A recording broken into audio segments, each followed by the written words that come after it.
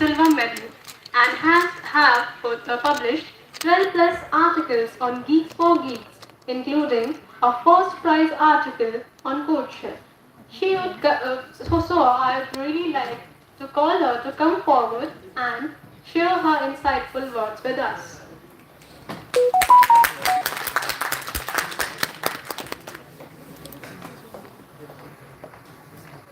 Hello everyone. Good afternoon. Good afternoon. A bit louder, you all had refreshments, right? Good afternoon everyone. Okay, now that's the energy in the room. Very good afternoon to everyone. My name is Jyoti and today I'll be walking you through AI agents, a new way how you can use AI. Well, how many of you have heard about AI agents? Can you raise your hands? You've heard of this term agent? Okay, quite a few. Well, let me tell you, like this whole year is said to be the year of AI agents, 2025. And this decade is being called as the decade of AI agents by the people in the community. Now, what we are going to do is, like before I even start, I'll like to give my introduction. So I'm currently working as a data scientist at Amos.ai, which is a sister company of Upgrad. So I'm directly working under Upgrad. Worked in multiple freelancing projects as well, in which I've built AI-driven software solutions. I'm a technical writer. I've written blogs that are published on Geeks for Geeks and Courtship websites. I am also part of Google AI Developers Group and I am co-lead of Fortune United Kanpur as well. And I also do mentoring of students in the field of AI and ML. So I've mentored more than 500 learners in the field, in the domain of AI. So here's a quote by Sundar Pichai, CEO of Google, which says that the future of AI is not about replacing human, it's about augmenting human capabilities. So there is a lot of talk nowadays that is AI going to replace us. So it's definitely not going to replace us, but a person who knows how to use AI will definitely replace you. So we all think that apna time kabhi na kabhi to aayega. How many of you think so? All of you. तो आपका time तो पता नहीं but अभी agents का time जरूर आया हुआ है and 2025 as I said is the year of agents. So if you are active on LinkedIn or you are active with the AI related new stuff, you would have heard about agents everywhere.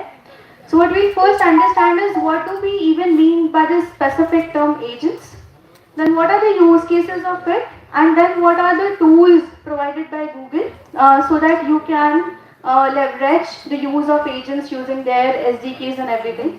And then a hands-on demo, I'll share a GitHub repository that you can scan and then you can clone it and you can build on top of it. So before I even start introducing agents to you, how the systems actually progressed. Initially they were like monolithic models, then compound systems, and then agentic systems are where we are currently. Now these are a lot of technical jargons. So let us start with the very first model. So the initial models or the initial traditional software development, how it used to happen was that we used to build monolithic models. Now it's a technical term, let me break this down for you. So you all remember that Nokia mobile devices, the keypad ones, right? So what they could do, they were used for calling or maybe you can send messages, right, initially when the mobile phones were introduced. And if you need any additional functionality, so it was like maybe the new devices came in, the new mobile phones, and then only you were maybe given the facility to browse internet or maybe play some music in that mobile phone. So monolithic models are the same. So basically the softwares that are giving you one functionality are your monolithic models. Now the problem here is that it's very limited. By limited I mean that if you want to add a new functionality, let's say you want to integrate in your Nokia mobile phone's music system facility that the user can play music, you need to actually design that functionality and integrate it separately. So that was the problem, so people were frustrated, it was very difficult to integrate new things. Then came the compound AI systems. Now what are compound AI systems? on your smartphones. So we have these smartphones in which we have multiple applications. Like you use WhatsApp, yes.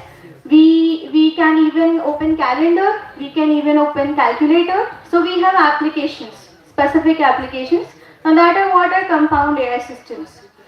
So in compound AI systems, basically these softwares have different components, and we can actually integrate these components all together to develop multiple functionalities or give multiple functionalities to the user.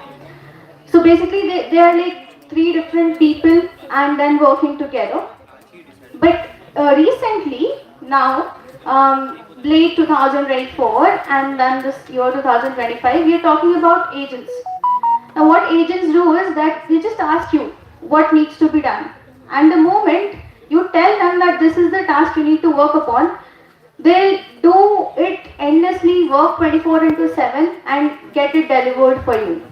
So later on in your smartphones came the integration of Siri and Alexa. So you might be using them, right? Have you used this Siri or Alexa in your mobile phones and then you say like, hey Siri, set an alarm for 6 a.m. in the morning? Yes. So these are your agentic systems. Now what agents can do is, earlier what used to happen is if you want to get things done, you just give a prompt to LLMs and then it will give you some data.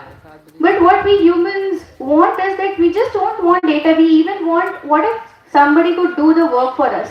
So maybe you've got a project to work upon and then you'll go to a friend and then you'll ask for help, you help me with the project and get the things done for me.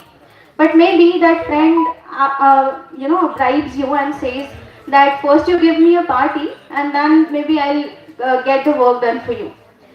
But AI agents, they work tirelessly 24 into 7. You don't need to give any kind of bribe, and then they'll do the things for you.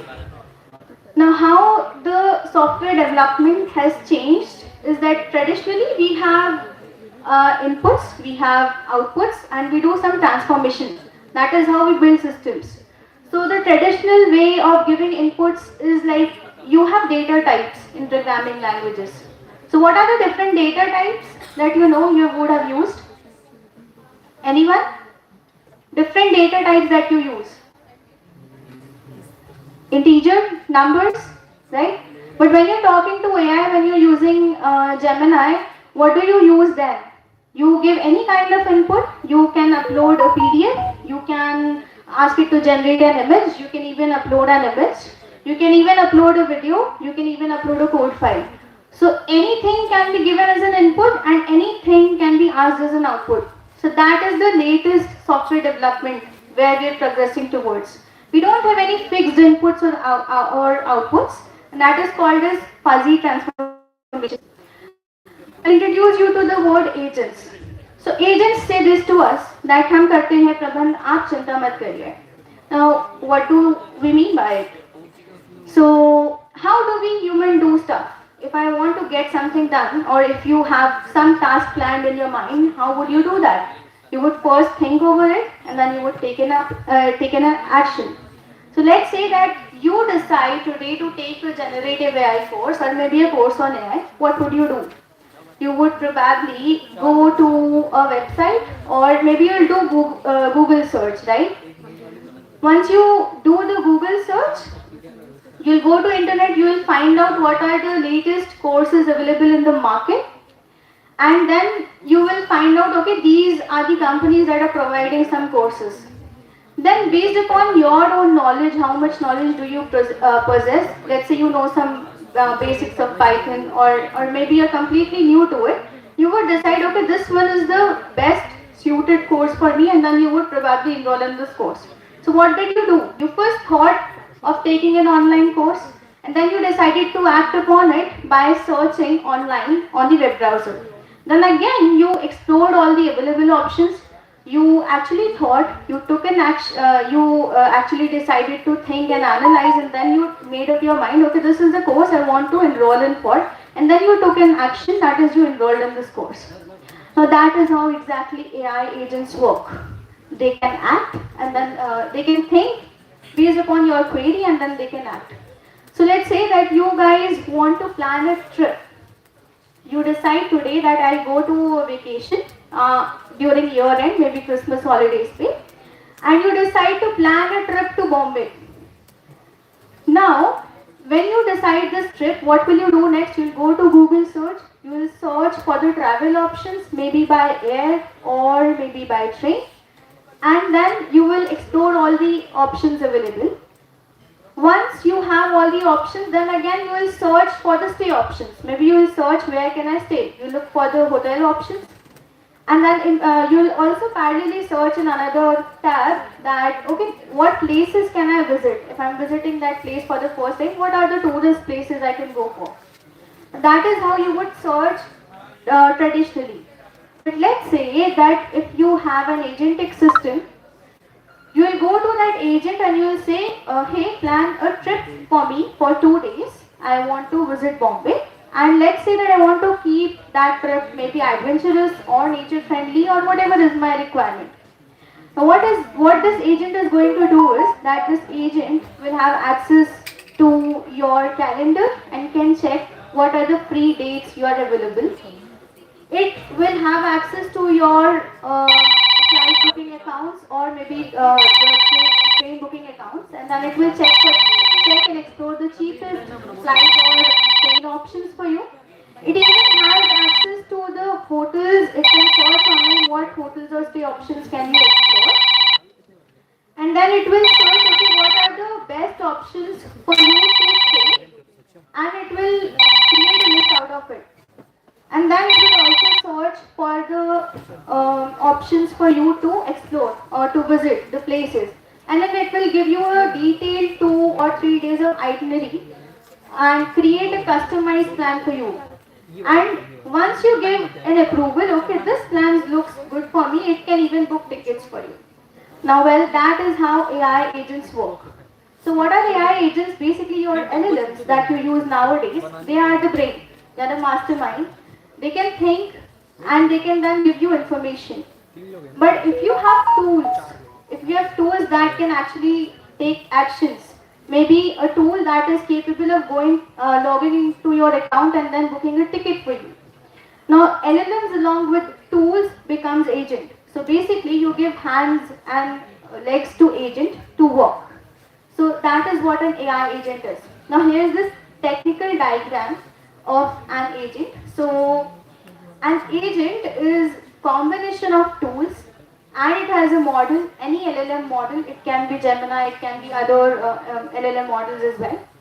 It also has memory, because let's say that you decide now instead of going to Bombay, you also want a half day trip to Pune.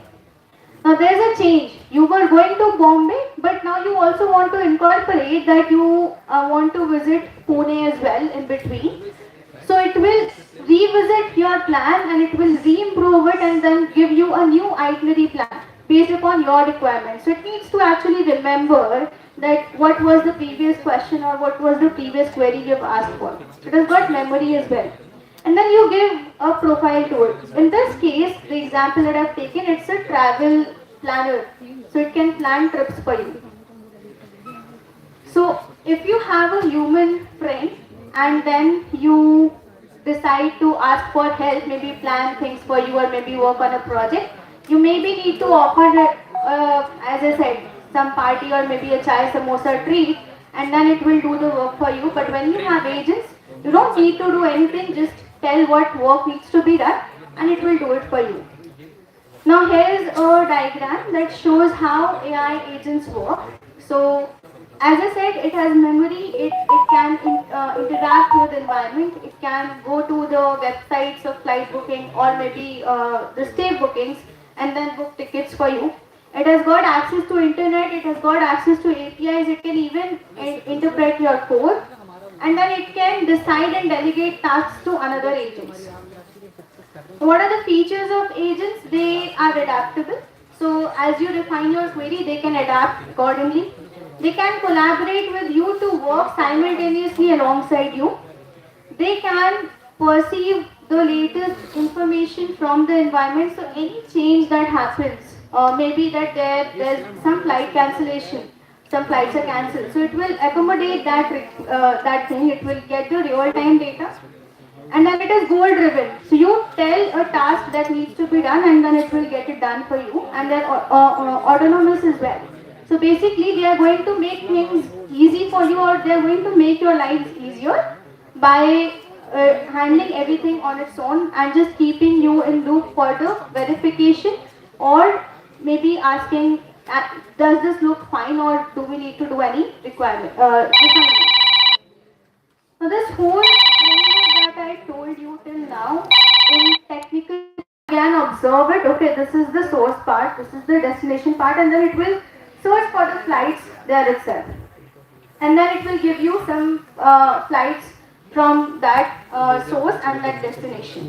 So that is how reasoning and action together work with, and that is how agentic systems are built. But there's also one more term called as agentic AI. So there's a debate whether to use AI agents or agentic AI. This term agentic AI is a very simple term. It's the same thing, your agents in action, but these multiple agents working together. For example, you have an AI agent that is capable of telling the current temperature at your home. But let's say you have a very smart house which has a weather forecasting agent. Maybe it can tell you when the rain is going to happen, so you go to the terrace and get back your clothes, whatever are drying. And then there is an agent that knows your schedule. Maybe you have an offline meeting and it will tell you that you need to go tomorrow to a party. You have an agent that is capable of telling you, okay, this is the current energy consumption at your home. So you have multiple agents in action working to make your place or your house as a smart house. Well, that is agentic AI, multiple agents working together. Now, these are agentic design patterns that are used in the industry. So, let's say if you decide to work on a project, how would you actually plan it? So, these are the four design frameworks. We have four kinds of patterns. First is reflection pattern, and this works similarly how we make decisions in our life. So, if I want to make a decision, I will first think, okay, this is the decision I need to make, and then I'll rethink, is this fine or not, or do I need to do any improvements? This is the reflection pattern that we follow. So we ask LLM any question, it will get access to the tools, it will generate a response, and then it will reflect back, is the current response actually satisfying the needs of user? If yes, it will give you back the answer. If no, it will again refine its answer and then give you the final updated answer. So that is how reflection pattern works. The second pattern that is used is the tool use pattern. So what is tool use pattern? You need multiple functionalities. So you've got multiple tools. So let's say you have got a calculator tool that is capable of doing all the scientific calculations. You have got maybe a search tool that is capable of doing all kinds of searches and give you the latest news information. And then maybe you have got some movie booking tool that is capable of searching what are the latest movies nearby you, and then it can book a movie ticket for you. So tool use patterns is used whenever you want to build systems that can offer multiple functionalities. Then you have planning pattern. So what does planning pattern do is that, let's say you have a very complicated task to be done. So how do you do any complicated task? You're going to probably break that complicated tasks into multiple subtasks, right? So that is how planning pattern works. So planning pattern takes in your complete query, then it will plan and break down your complicated question into multiple tasks. For example, planning your itinerary from your current source to, let's say, Bombay, the 2 days of your trip. So it will break down. First, it needs to search for the flight options. The second task would be searching for the hotel options. The third would be the places you want to visit. And then fourth would be combining everything and then delivering it to you, the entire plan. So that is the planning pattern of agents. Then there is a multi-agent pattern. So what is multi-agent patterns? Have you heard of systems that are capable of doing the code, the developer part, and then doing the testing, and then actually giving back the entire website to you. That is what is multi-agent pattern. So you have multiple agents. One agent acts as a developer agent. You give in your requirements and then it will create the complete software. The second agent would, let's say, maybe act as a QA agent. It checks what all code is being written by developer agents, finds bugs, and then it rewards back, and then you refine the code. The developer agents again refines the code. And then there is, let's say, a testing agent that writes testing scripts for that particular software. And then you have the final delivery of the website you wanted to build in. So it's basically a small company working on its own. You have no humans, you just have a system of agents that are responsible for doing complete tasks. And that is how things are actually currently in the industry, and a lot of companies have already integrated agents. So I'll tell you the use cases of it where it is being used currently. So there are multiple use cases. The first is like in customer support. So a lot of manual work needs to be done for customer support. There are places where a lot of people sit and then they address customer queries and then give you customized support. Then you also need a lot of planning work to improve your productivity. Then in healthcare there are a lot of scans and then case summaries needs to be prepared. And then in the education sector also we need to prepare a lot of content. Now here is where agents are helping us. So there are agentic systems that can act as your customer support agents. So there's no human actually talking to you, but there is an agent that is actually talking like human and then replying to your queries. It has got access to all the data of the company and then it gives you answers. It is being actually trained to answer it to you, talk to you like human and give you support. And it is being used in healthcare systems. So just imagine if you had an X-ray and before even going to doctor, you decide to upload that X-ray to a website, and then it is capable of telling you whether you have any potential chances of fractures or not. So there's an agent in the market that is capable of actually analyzing your medical reports and then telling you what could be the probable health risks you carry. So it may be kind of relieving also that you get to know what problems you are suffering from. Similarly, in the finance sector, there are agents that can do a lot of manual tasks automation. So, for example, the loan applications. So, a lot of time of people who are working in the banking sector goes into actually scanning those loan applications manually. Are the complete details provided or not? And we can actually automate it with the help of agents. So, it just you have actually commanded it in a way to understand the loan applications, and then it will automatically accept or reject the loan applications.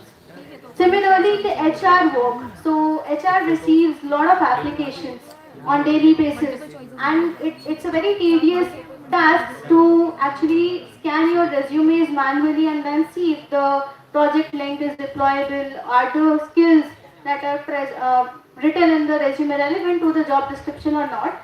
A lot of companies use agents to do the scanning or screening of candidates. So these agents are actually prompted or prepared in a way that they will actually understand that whether your resume aligns with the job description or not. So like this, there are multiple instances or scenarios. It is being used in logistics, it is being used as productivity assistance in education sector, in retail, in travel, everywhere. So you have travel agents, you have e-commerce agents as well. So this picture actually lists down what all industrial use cases are there for agents. I'll tell you the companies that are actually using it. So for example, there is this Renault company and they have a coding agent that can understand the entire code of the company and they're using Gemini for it. And this eases the work for developers. So something that used to take multiple months to build could be easily done or reduced to the number of days. So here the requirement of developers reduces as well as the productivity of the work increases. Then this BMW and Toyota company, they are using data agents. What these data agents do is that they have the entire data of their company and then they can optimize the industrial planning for them. They're leveraging the use of Vertex AI. I'll introduce Vertex AI to you in a while. Then Uber is using employee agents. So they have made agentic systems that can actually boost the productivity of the employees working in the company. And for that, they've integrated their Google Workspace along with Gemini. And then there are a lot of tools being provided by Google that you should be using or that can help you ease down your work and then increase your efficiency. Similarly, companies like Accenture and then Capgemini, Deloitte, they are again using agents for customer supports. Lot of work. You hear the news of like people being removed from the company. So how does this happen? Because a lot of tasks that was done manually and we needed multiple people for it is being actually automated nowadays. So a lot of people were required in customer support, but now the demand for them is being actually reduced to 50% or maybe just 25%. So like these, we even have agents in the field of security. So for example, Vodafone is using AI agents to actually find out what are the any cyber event threats that they can face, and then it is capable of identifying those loopholes and reporting it. So these were the use cases of agents and how they are currently being used in industry. So what are the Google tools that you should be knowing? So the first is AI Studio. Have you guys heard of AI Studio? Can you raise your hands? Just maybe AI Studio used here. Okay. I see few hands raised. So you should definitely use it. And nowadays there is an option that you can share your screen live. You just prompt it and then it will get work done for you. For example, you share your screen using Google AI Studio, and let's say you're using Photoshop and you're stuck at some work, like you don't know how to actually tweak this image. So you ask it to do the change and then it will go to your Photoshop window, it will do the changes, it will tell you how to do it and then it will get it done for you. You can also use it in a way that you ask it, you open a Google Sheet. Okay, तो जितने लोग देव follow पे registered किए हुए हैं, आप जिसके पे भी प्रोजेक्ट सबमिट करने का ऑप्शन आ रहा है, आप सभी लोग प्रोजेक्ट्स को सबमिट कर सकते हो, ठीक है? और अभी कितनी टीम्स बची हुई हैं, हैंड रेस कर सकते हैं? ठीक है, लगभग सारे लोग हैं। तो अभी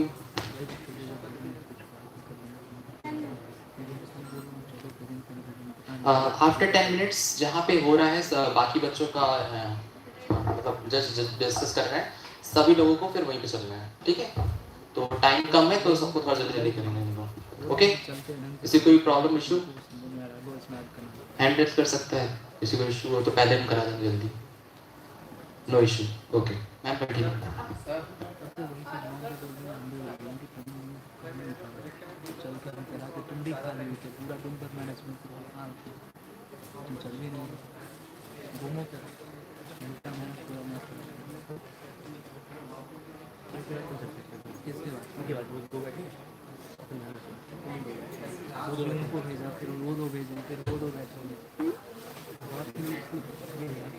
Look, they were raising hands there also.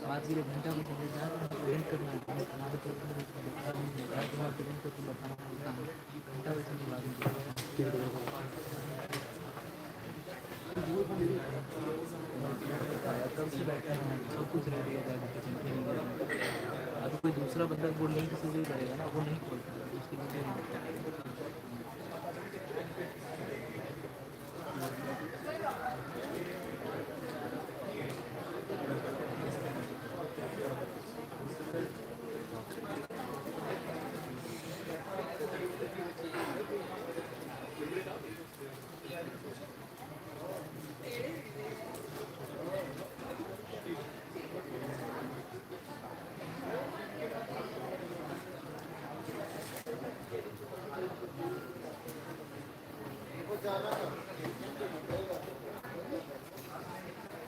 जो भी लोग आ रहे हैं यहाँ पे अपने टीम नेम बता के फिर रहेंगे।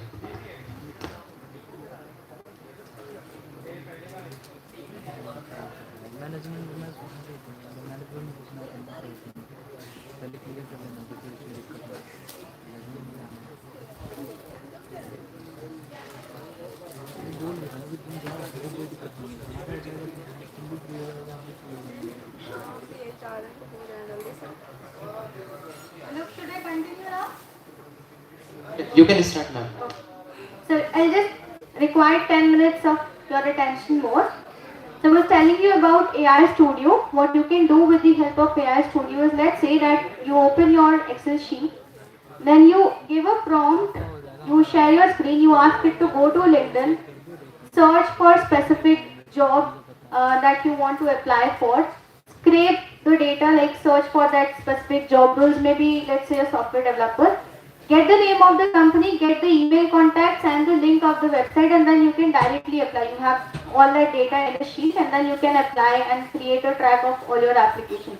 So that is how you use AI smartly. There are a lot of more functionalities as well that AI Studio provides you. So do explore that. Then we have something called as Vortex AI Studio. How many of you have heard of it? Okay, just one, two. Okay, three people raising hands. Fine. So Vortex AI Studio is what is used by the companies in production. So AI Studio is what you as students can do. But once you are working in a company, you will be using Vortex AI Studio to do the production level work or the deployments, because it comes with a lot of features and functionality that gives you the cloud access as well. A lot of developer related tools and options that you can explore. So this is another good offering.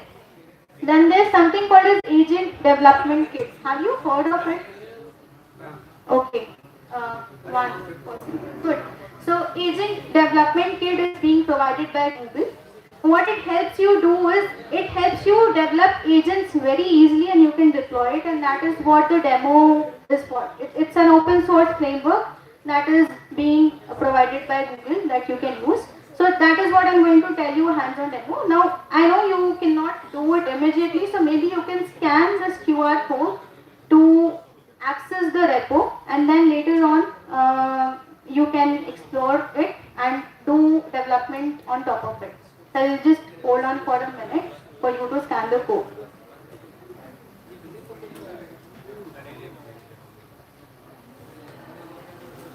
Should I move ahead? Okay. So, oops. Yeah, so first of all, what you need to do is that you need to set up an environment. So you need to set up a virtual environment and you need to install ADK. Now it's very simple. There's just pip install Google ADK command that you need to run, and this will install this ADK kit for you. Then you need to create a folder structure. So this is the current folder structure. So we just have one single file, agent.py file, and then a .env file to keep in your API keys. Now in this agent file, what you do is that you write the code. Now we are creating a very simple agentic system. Now this system is capable of getting the weather information and it is capable of getting the current time. So first there's a get weather function.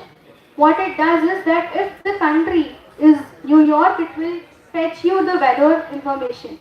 Now this is currently a static piece of code. What you can do is that you can integrate it with a real-time weather API. So there's Google Weather API that you can integrate it, and you can ask it for the temperature, current temperature of any country, city, place. It will give you that information. Similarly, we are getting the current time for a particular place. So in this case again, it's a hard-coded function.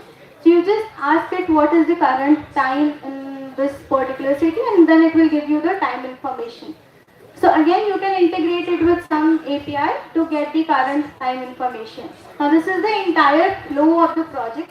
So first of all, user asks a question and then agent decides, okay, what tool does it needs to access to answer this particular query. Whether the user is asking for weather information or maybe the current time. Based upon the request, it will understand and then call that particular tool, and then it will give you back the result, and then you will receive the response. So you just define this, you just define an agent, that is, you tell, okay, this is your name, this is your description, you need to answer questions for users, and then you give an instruction and then you integrate tools. So what are the tools that are accessible to that agent? So that is what you provided. Now you actually add in your API keys. You just add in your API keys and then you can simply run this agent. So the moment you run this agent, it will look something like this. So there's a simple run command. And then this is the screen that it creates for you. So the UI automatically gets created. Now you just interact with it. You just ask question, and then as soon as you ask what time is it, then it will ask you for which city are you going to ask the time. If you mention the city name, it will do a tool call and then will get you the current time information. Now on the left side of this entire UI screen, you have multiple options, like you can go through back the conversation, what all has happened, and you can even check the logs of your application, what all conversations or where did the failures happen. You can even create multiple sessions. So this is a small introduction of how you can create your very own agent, and you can use this library to create a lot of functionalities. Now what next is that there are certain challenges as well. So with this tool, okay.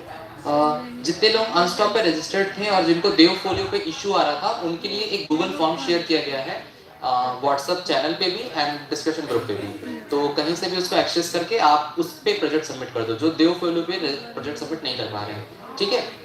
बाकी जो देव folio पे project submit कर रहे हैं, आप उस पे ही करो, आपको फॉर्म में सबमिट करने की कोई जरूरत नहीं है, ठीक है। Okay. So now I'll just tell you the challenges.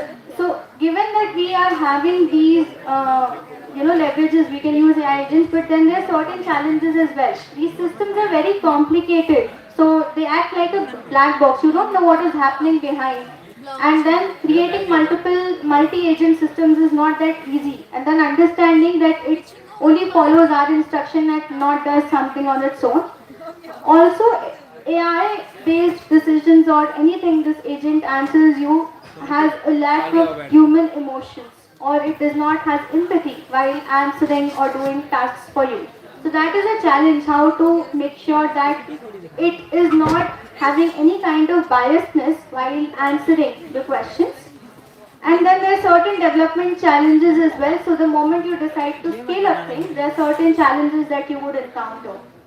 But you should learn how to use these skills. So apart from learning how to use AI agents, probably you should learn how to create workflows and then orchestrate those workflows. You should have some domain knowledge and maybe try solving a niche problem. You should learn prompt engineering. You should learn how to integrate tools with the AI systems, and then you should learn how to build systems that are capable of solving problems, and then they're responsible systems and they're ethical systems as well. So here are some resources that you can explore. If you want to know more about agents, you can take a picture of it. It has those links that you can read about by Google.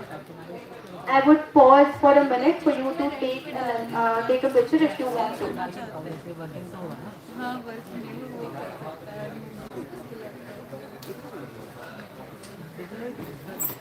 So always remember that AI agents won't replace you, or AI won't replace you at all, but a person who knows how to use it very responsibly will definitely. So learn how to integrate AI in your projects, in your systems, whatever you are building in.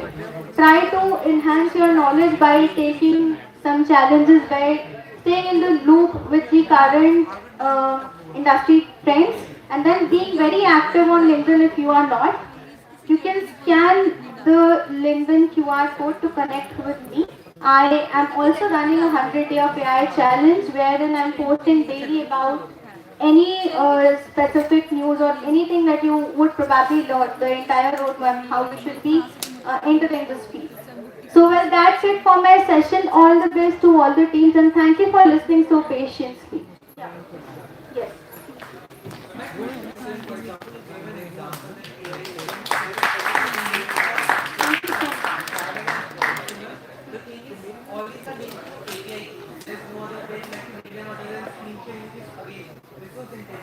But when that API key goes into the wrong hands, So that is also concern because then it can be used for spamming and then it can be used for frauds and also for other malicious purposes. So is there a way that we can just totally reduce that because AI agents, if because whoever has control of that AI agent should also have access to the API key directly. So it's a very good question and a possible concern. So the more the